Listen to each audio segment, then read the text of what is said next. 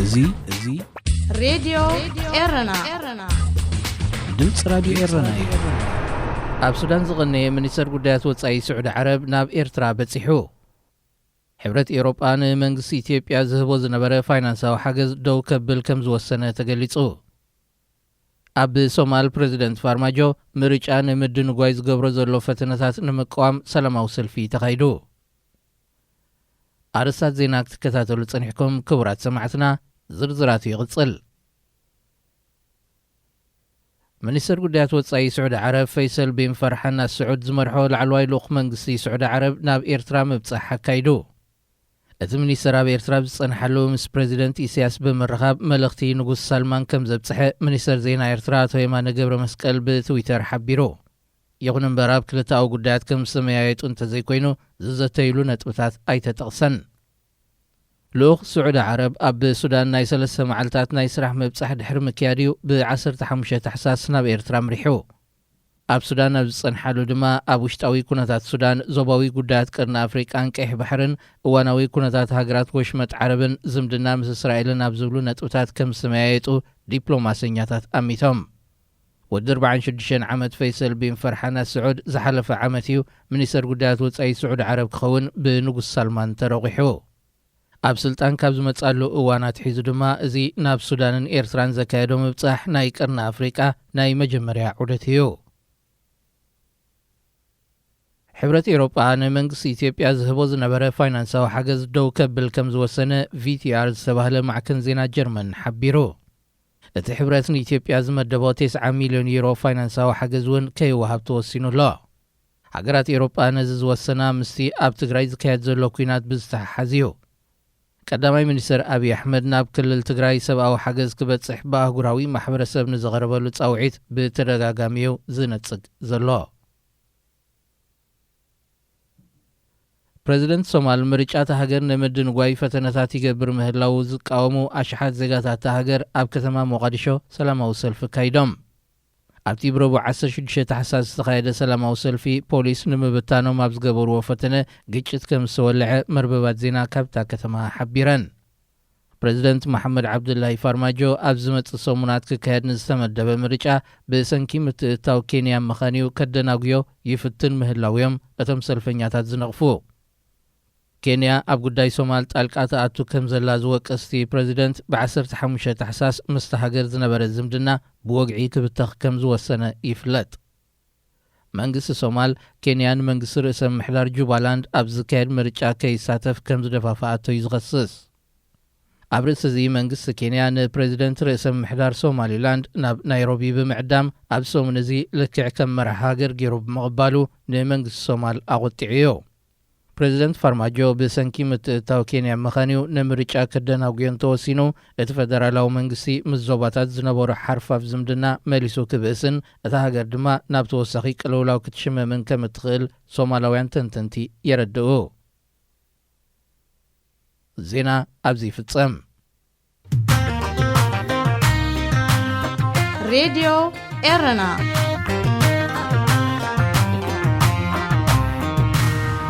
እቲ ኻልእ ኩናት ብይርጋ ዓለም ፍስሓ ሬድዮ ኤረና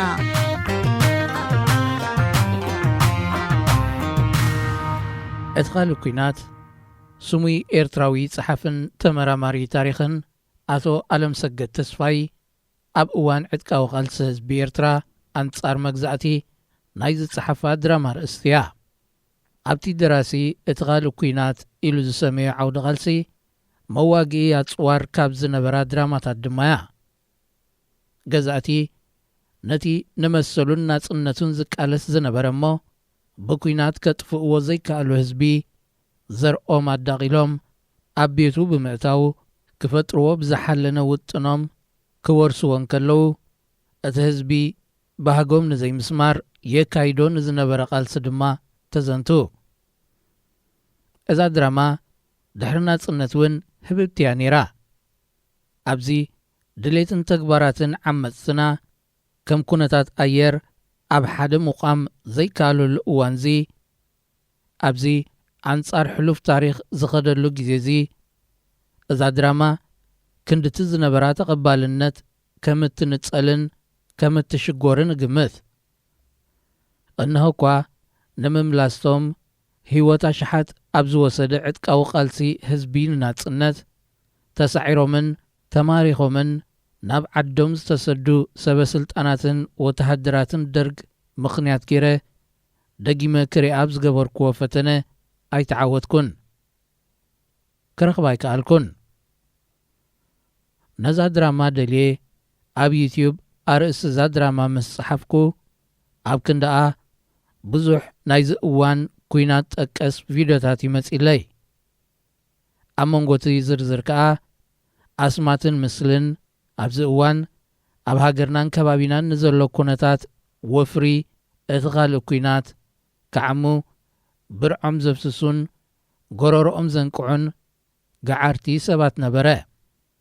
መቸም እዚ ንባህጊ ዓመፅቲ ንምግምጃው ዝግበር ምምስሳል መግዓርን ምምጥላዕን ይትረፍ ኣብ ዓይኒ ደላይ ፍትሕን ሓርነትን ብዓይኒ ዓመፅቲ እውን ዘየምዝንን ዘየፍኩስን ኣይኮነን እዚ ሕጂ እቲ ካልእ ኩናት ድዩ ዘብልከኣዮ ዝርዝር እዚ ዝተጠቕሰ ዛዕባ ንኻልእ ግዜ ጽኒሕና ንሎሚ ኣካልቲ ዝካየድ ዘሎ ኩናት ኮይኑ ግን ከኣ እቲ ካልእ ኩናት ክበሃል ብዛዕባ ዝከኣል ተግባራት ገለ ክብል ሬድዮ ኤረና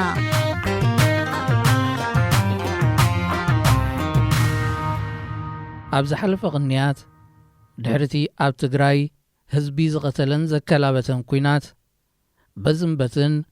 ብወግዕን ብተባራሪ ሓበሬታታትን ክንሰምዖ ካብ ዝቐንና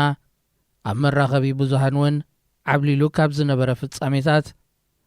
በቲ ቃላት ኣዲኡ ክውን ክገብር ኣእላፍ ኣዴታት ዘንብዐን ዘንብዕ ዘሎን ትንቢት ኣዲኡ ንምስማር ባህጊ ክንደይ ኣዴታት ዝደበየን ዝደብእ ዘሎን ኣብይ ዝተባህለ ሰብ መራሒ ዝብል ቃል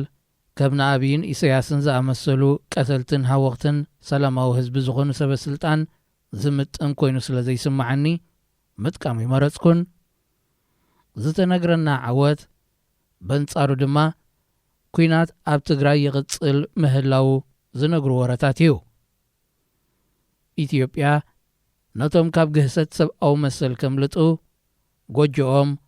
ገበሎኦምን ቅርዓቶምን ሓዲጎም ዝመጽዋ ኤርትራውያን እውን ኣእጋሮም ንኳኺቶ ህይወቶም ድማ ንሸላ ትህቦላ እዚ ድማ ርኡይ ኣራዊትነት እዩ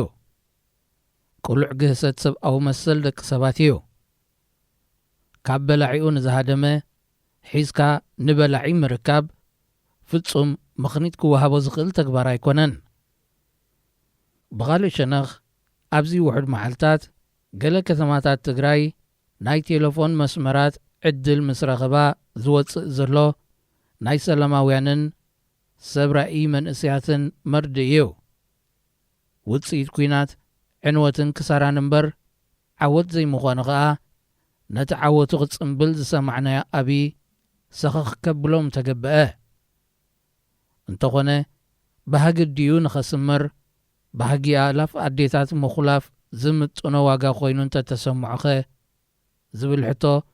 ብልጭ ከይበለ ይተርፍን ምኽንያቱ እቲ ክውንነቲ ካብዚ ዝሓልፍ ትርጉም ክወሃቦ ዝከኣል ኣይመስልን ብሸንኽቲ ኣፉ ሓቲሙ ኣእዳውን ኣጋሮን ዘይኣርነበ ግብረ እከይ ዝኾነ ኣብ ኤርትራ ዘሎ ስርዓት ምስኒ ደህስስ እውን ብሰረቲ ኣብ ሓበሬታት ዘለዎ ተሓሕዛን ምስጢራውነትን ነቲ ዝግበር ዘሎ ብዘየወላውል ምንጪ ምፍላጡ ዘይከኣል እውን እንተኾነ መርኣያ ክቱር ንዕቀቱ ኣብ ህዝቢ ብዝኾኑ ቁልዓት ተግባራቱ ዝገሃዱ ይሰኣኑን እዮም መንእሰያት ኣብ ዓውደ ኹናት ጠቢሱ ክነሱ ኣሉ መባሉ ህዝቢ ብሰንኪ ንዕኡ ዘይምልከት ኩናት ምክልባቱ ተኸቲሉ ዝዓብለለ ወረ ጉዳይ ምዝማት ንብረት እዩ በዚ ኸኣ ካብቲ ህይወት ኣሽሓት ዝወሰደን ገና ዘይጠፍአን ኣህላቒ ኩናት ዝረብሕ ሰብ እውን ምህላው እዩ ኣብዚ ርእስቲ ድማ እቲ መዋእሉ ጻማ ገድሉን ከርተቱን ዋጋ ኣካሉን መስዋዕቱን ዘይረኸበ ኣብ ትሕቲ ዓመፅ ሓደ ውልቀ ሰብን ኣዳኸርቱን ዝነብር ዘሎ ህዝቢ ኤርትራ ተሓማይ ምዃኑ እዩ እዚ ድማ ጥዑም ቁርሲ ንዓመፅቲ እዩ ንሱ ንሳይ ዝደሊ ዕላምኡ ህዝቢ ዘሚቱ ጎደሎታቱ ንኽምልእ ኣይኮነን ዝረስሓ ኣዳው ከመይ ጌረን ከም ዘገልግልኦ ጽቡቕ ገይሩ ተመኲርለን እዩ ኣገልገልቱን ናይ ጸላም መናብርቱን ኣብ ስራሕ ከዓ ምኩር እዩ እዚ ጉዳይ ኣብ መራኸቢ ብዙሓን ድሕሪ ምድግጋሙ ህዝቢ ኤርትራ ወረጃ ህዝቢ እዩ ኣብ ዝምታን ስርቅን ጎረቤት ከም ዘይርከብ ምሕለሉ ዝብሉ ኣሕዋትና ናሓትናን ተቐላቒሎም እዚ ባህላ ንህዝቢ ኤርትራ ዝዓብዮ ኣይኮነን ዘይግብኦ እውን ኣይኮነን እወ ወረጃ ህዝቢ እዩ ነውሪ ብዝብል ቃል ቀይደ በተኻቱ ዝገንሕ ኒሕ ብምግባር ንኽብሩን ሰብኣውነቱን ካብ ዘዋርዱ ነገራት ዝርሕቕ እዱብ ህዝቢ እዩ ይኹን እምበር በቶም ካብ እብራኹ ዝወፁ ገዛእቱን ዓመፅቱን ንዝሓለፉ ዓሰርተታት ዓመታት ኣብ ልዕሊኡ ዝተኻየደ እቲ ካልእ ኩናት እንታይ ከም ዘዕነወ እንታይ ከም ዘብረሰ እንታይ ከም ዘስዓበ እዚ ኣብነት እዩ እዚ ፈጣሪኡ ፈሪሑ መራሕቲ ሃይማኖቱ ሰሚሑ ተጸጊሙ ከሎ እኳ ተመስገን ዝብል ህዝቢ ነዚ ዝሕፍር ተግባር ክውዕሎ ክድግፎ ክሕጐሰሉ ክረብሓሉ ከም ዘየንግህ ዘካትዕ ኣይከውንን እቶም እንተፈትዮም ወይ ዝተገዲዶም እተረድኦም ወይ ዝተጐስጒሶም ዝዋዓልዎ ውልቀ ሰባት ምኽሓድ ግና ነቲ ግብሪ ኣይመልሶን ኣይድምስሶን ከም ዘይነበረ ክገብሮ ኣይከኣሎን ብዓብዩ እቶም ህይወት ዕሸላት ደቁ ኸፊሎም ንህይወቱ ዘናቢሎም ኣብ ከርተትን ሕሰምን ዘንብርዎ ዘለዉ ሰበስልጣናቱ ካብ እብራኹ ዝወፁ ስለ ዝኾኑ ኣብ ስደት ኣብ ምቾትን ዝረሃወ ህይወትን ኮይኖም ኣብ ዕለተ ቐብሪ ውሉዳቱ ዝስዕስዑ ብኹናትን ወረኹናትን ገጻቶም ዝበርህ ንዘይተሳተፍዎ መጋርያ ኩናት ከሳውሩ ዝወግሖምን ዝዓርቦምን ደቂ ዝህዝቢ ስለ ዝኾኑ ንጭውያን ማሕየርትን ደቂ ሃገሮም ምኽንያታዊ ከምስሉ ኣብ ምፍሓስ ተንኰላት ዝነብሩ ደቂ ካልኦት ሃገራት ስለ ዘይኮኑ እኳ ደኣ እቲ ንእከይ ተግባራቱ ዘረፋ ንብረት ጎረቤት ህዝብን ሃገርን ዝወሰኸሉ ስርዓት ንነውራምነቱ ሽፋን ንገበናቱ ድማ ከውሊ ንምፍጣር ህዝቢ ኣብ ዝሕሱር ስራሕ ተግባር ክውዕል ክገብሮ ይኽእል እዩ እቲ ኩናት ናብ ደረጃ ህዝቢ ምእንቲ ኸውርዶ ዓሰርተታት ዓመታት ዝጸባጸበ ጐስጓስን ምድፍፋእን ገይሩ ገለ ሒንዳ ዘይብሎም ደቀ መዛሙርቱ ሓዊሱን ህዝቢ ኣብ ጌጋ ከም ዝውዕል ክገብር ዓይኑ ይሓስን እዩ እረቲ ብዙሕ ጻዕሪ ዘይሓትት ሽርሒ ንምትግባር ኣሰሓኮ ኸይገበረ ኣብቲ ኻልእ ኩናት ጻዕሪ ከፍስስ ይኽእል እዩ ስድራ ንሓድሕዳ ከይትተኣማመን መሳርሕቲ ከም ዝተሓላለውን ዝጠማሞቱን ጐርባብቲ ከም ዝጸናጽኑ መሻርኽቲ ከም ዝተሃላለኹ ምግባር ዝኣመሰለ ኣብ ምልቃብ ዕድሚኡ ዕዙዝ ተራ ዝጻወቱ ተግባራት ኣብ ምክዋን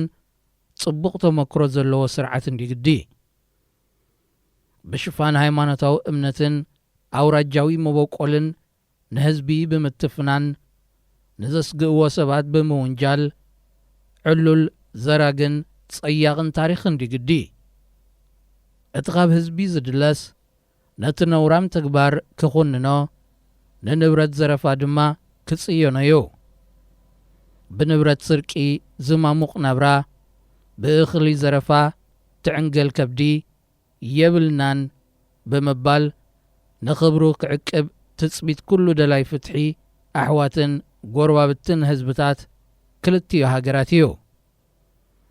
ኣብቲ ካልእ ኩናት ክዕወታ ዝኽእላ ኣጽዋራት ድማ ንሳተን እየን ይርጋለም ፍስሓ እዚ ሬድዮ ኤረና ድምፂ ራድዮ ኤረና እዩ